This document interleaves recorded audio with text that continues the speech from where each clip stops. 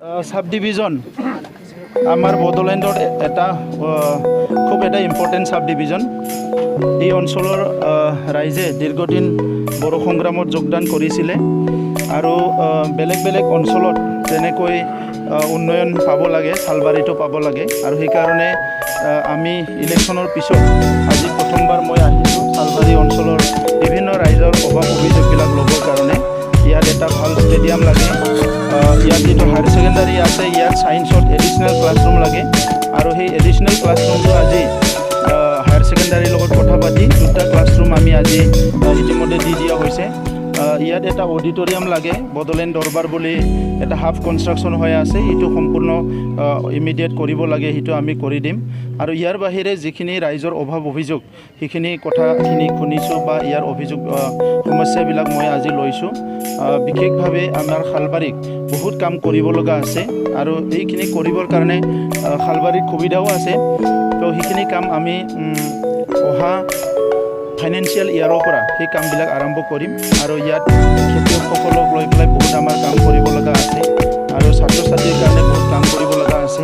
তো সেই কামবিলাক আমি কৰিবৰ কাৰণে আজি ৰাইজৰ ফাৰ্ষ্ট অভাৱ অভিযোগবিলাক মই ৰিচিভ কৰিছোঁ। ইয়াৰ পিছত এইখিনি ষ্টাডি কৰি পেলাই ইয়াৰ ওপৰত কাম কৰি যাম। চৰকাৰৰ ৱাটাৰ ৰিচোৰ্চ ডিপাৰ্টমেণ্টৰ লগত সঘনে আলোচনা হৈ আছে আৰু নেক্সট ছেশ্যনত এইবাৰটো গ'লে নেক্সট যিটো আমাৰ ছিজন আহিব ইয়াৰ আগে আগে এইটো সম্পূৰ্ণভাৱে প্ৰটেকশ্যন দিয়াৰ কাৰণে ব্যৱস্থা কৰিব লাগে বুলি আমি দাবী জনাইছোঁ। আৰু য'ত য'ত পাৰে ৰোড কাম এনভাইৰনমেণ্ট বনাব লাগে, সেইটো মাথৰিও হ'ব লাগে আৰু ৰাস্তাও হ'ব লাগে, তেতিয়া দুই ছাইডৰ পৰা প্ৰটেকশ্যন হৈ যায়। তো সেইকাৰণে বেকী নদীৰ যিটো গৰাখহনীয়া সেইটো ৰোধ কৰিবৰ কাৰণে বেকীৰ লগতে আৰু 19টা নদী আছে আমাৰ, সৰু সুৰা ডাঙৰ চব নদী লৈ পেলাই। তো চবতো গৰাখহনীয়া হৈ আছে কম বেছি পৰিমাণে। তো এইটো ৰোধ কৰাৰ কাৰণে এটা চাইণ্টিফিক মাষ্টাৰ প্লেন এটা আমি তৈয়াৰ কৰি আছোঁ।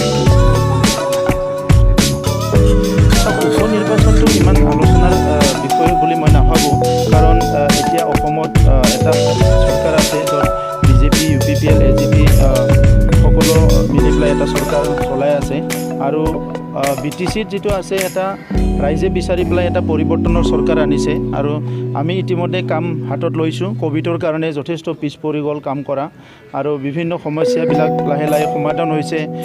যোৱা 30-40টা বছৰত উগ্ৰপন্থী সমস্যা আছিলে, বিভিন্ন সমস্যা আছিলে, সেইবিলাক লাহে লাহে চব সমাধান হৈ গ'ল আৰু এতিয়া আমি ৰাইজৰ কাম কৰিবলৈ ওলাইছোঁ। চ' বিশেষকৈ প্ৰথমতে শিক্ষা, আজি LP স্কুলৰ পৰা ইউনিভাৰ্চিটিলৈকে যথেষ্ট সমস্যা আছে, সেইবিলাক সমাধান কৰাৰ কাৰণে কিছুমান আঁচনি আমি তৈয়াৰ কৰিছোঁ। খেতিয়কসকলৰ কাৰণে এটা ভাল চাইণ্টিফিক ৱেত কেনেকৈ খেতি কৰিব লাগে ইয়াৰ কাৰণে আমি আঁচনি তৈয়াৰ কৰিছোঁ। নিবনুৱাসকলৰ কাৰণে যিখিনি গভৰ্ণমেণ্ট জব খালী আছে সেইটো অতি শীঘ্ৰে পূৰণ কৰাৰ কাৰণে আমি আঁচনি লৈছোঁ। অহা 12-13-14 হাইস্কুল টেটৰ এপইণ্টমেণ্ট দিয়া হ'ব আৰু ইয়াত একদম নিকাভাৱে পাব্লিকলি সেইটো এপইণ্টমেণ্টটো মানে থ্ৰু ডিজিটাইজ এটা প্ৰক্ৰিয়াৰ মাজেৰে কৰা হ'ব। ইয়াৰ পিছত LP ME যিটো আছে ইয়াৰ এপইণ্টমেণ্ট প্ৰক্ৰিয়াটো আৰম্ভ হ'ব আৰু এইখিনিত শেষ নহয় পেলাই যিখিনি বাকী ৰ'ব সেইখিনিৰ কাৰণে আমি অতি শীঘ্ৰে এটা BTC এৰিয়াৰ কাৰণে টেট অনুষ্ঠিত কৰিম।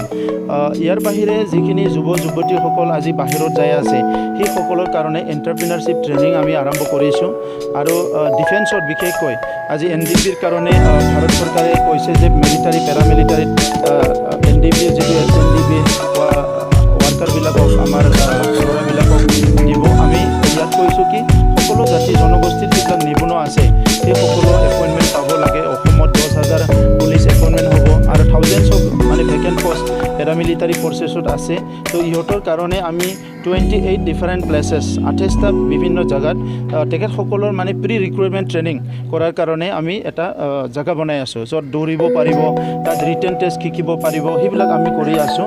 আৰু স্কিল ডেভেলপমেণ্ট কমচে কম 100টা ঠাইত আমি স্কিল ডেভেলপমেণ্ট কাম আৰম্ভ কৰিব বিচাৰিছোঁ। যিজন ল'ৰা বা ছোৱালী আজি বাহিৰত যাই পেলাই বিভিন্ন হাজিৰা বা বিভিন্ন কাম কৰি আছে, তেখেতসকলে 8,000-10,000 পইচা কামাই আছে, যদি স্কিল কৰি পঠাব পাৰোঁ তেখেতসকলে 30-40,000 কামাব পাৰিব। তো সেইকাৰণে আমি সেই কামবিলাক হাতত ল'বলৈ বিচাৰিছোঁ। বহুতখিনি নাৰ্ছিং কলেজ আমি নতুনকৈ আৰম্ভ কৰিব লৈছোঁ। লৈছোঁ। পেৰামেডিকেলৰ কাৰণে কিছুমান ট্ৰেইনিং ইনষ্টিটিউট আমি আৰম্ভ কৰিব লৈছোঁ। তো অনাদাৰ 2-3 ইয়াৰ্ছত বড়োলেণ্ডৰ সম্পূৰ্ণভাৱে ৰূপ সলনি হ'ব, এইটো আমাৰ বিশ্বাস আছে। আৰু ইনফ্ৰাষ্ট্ৰাকচাৰৰ লগতে বাকীখিনি কামো আমি একেলগে কৰি যাব বিচাৰিছোঁ। স্যার, বিটিসি শিক্ষাভিত্তিক টেট শিক্ষকসকলে প্রবঞ্চনার অভিযোগ উত্থাপন হৈছে, এই সম্পর্কে আপনার মন্তব্য কি হ'ব স্যার? নাই, প্ৰবঞ্চনাৰটো কথাই নাই। এতিয়া আমি যিবিলাক টেট পাছ কৰিছে তেখেতসকলক চাকৰিত ল'ব কাৰণেতো এইটো প্ৰক্ৰিয়াটো আৰম্ভ হৈছে, এপইণ্টমেণ্ট দিয়াৰ কাৰণে। আৰু বঞ্চিত হোৱাৰটো কথা নাই। কোনোবা যদি একদম মানে যি মিনিমাম কোৱালিফিকেশ্যনটো মিট কৰিব নোৱাৰে, তাকটোতো কোনো দিব নোৱাৰে।